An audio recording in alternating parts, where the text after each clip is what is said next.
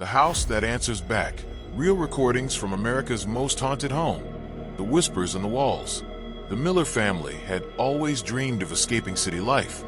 When Robert found a listing for a weathered farmhouse in rural Pennsylvania at half its market price, it felt like fate.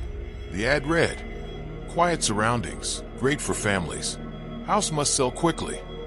Within a week, he, his wife Elaine, and their 2 children, 12-year-old Adam and 8-year-old Lily, were standing in front of the peeling white house, its windows glinting like tired eyes. The real estate agent avoided small talk. She handed Robert the keys and left with an uneasy smile, saying only, "Most folks don't stay long." Elaine laughed it off. She loved old houses, the creaking floors, the character, the stories they held. But this one felt different. That first night, the family settled in with pizza boxes and laughter. The room smelled faintly of cedar and something else, metallic, like rust or blood. Adam, exploring the upstairs hallway, stopped when he heard a soft hum behind the wall. He pressed his ear closer. WHSSSHHH. Then, clear as day, a whisper, "Adam." He ran downstairs, breathless, insisting someone was in the walls. Robert brushed it off as imagination.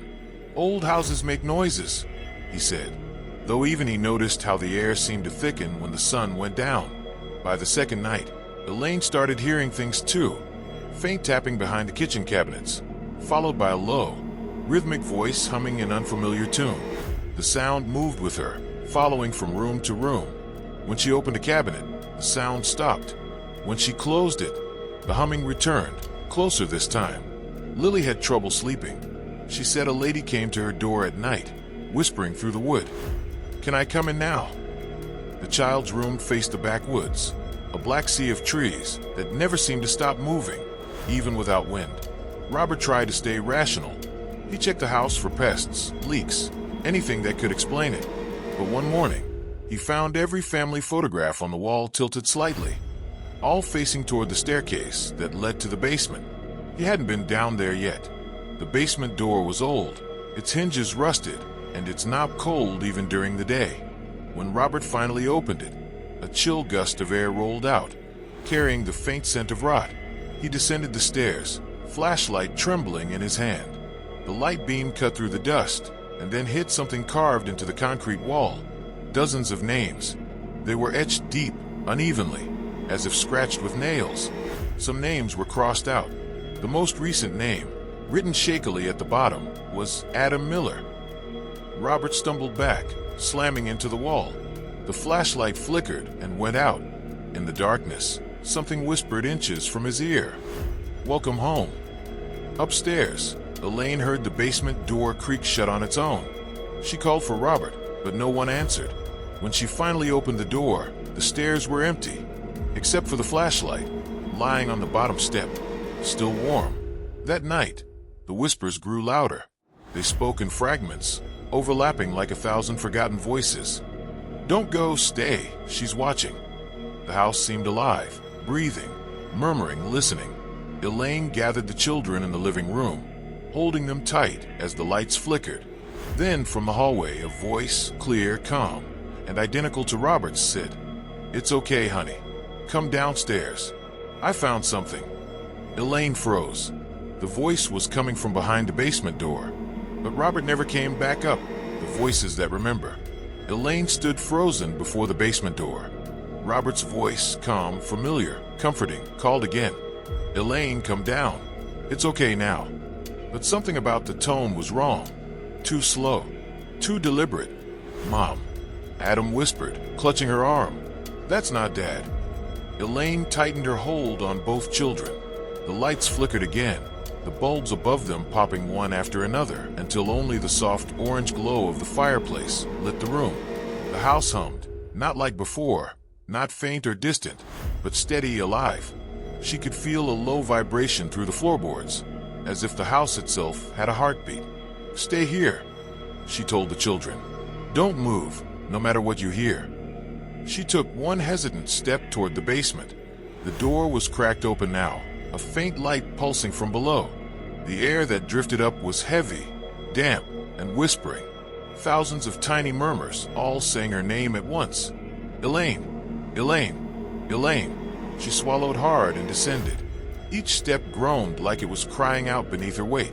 Her hand brushed the wall, and for a moment, she swore she felt skin, soft, warm, and moving beneath the peeling paint. At the bottom, the light came from the far wall, from behind it. The carvings of names were still there, but new ones had appeared, forming even as she watched. The sound of scratching filled the room, echoing like nails on stone. Then, just beneath her feet, the basement floor rippled. She stumbled back, flashlight shaking in her hands. That's when she saw it. Robert was standing in the corner, half in shadow. His eyes were open but empty, his face pale as wax. "You shouldn't have come down," he said, his voice calm and flat. Elaine's knees nearly buckled. "Robert, what happened? We have to get out." He smiled faintly. "We are home." The wall behind him shifted. Something dark and shapeless moved beneath the concrete, pressing outward like hands trying to break free.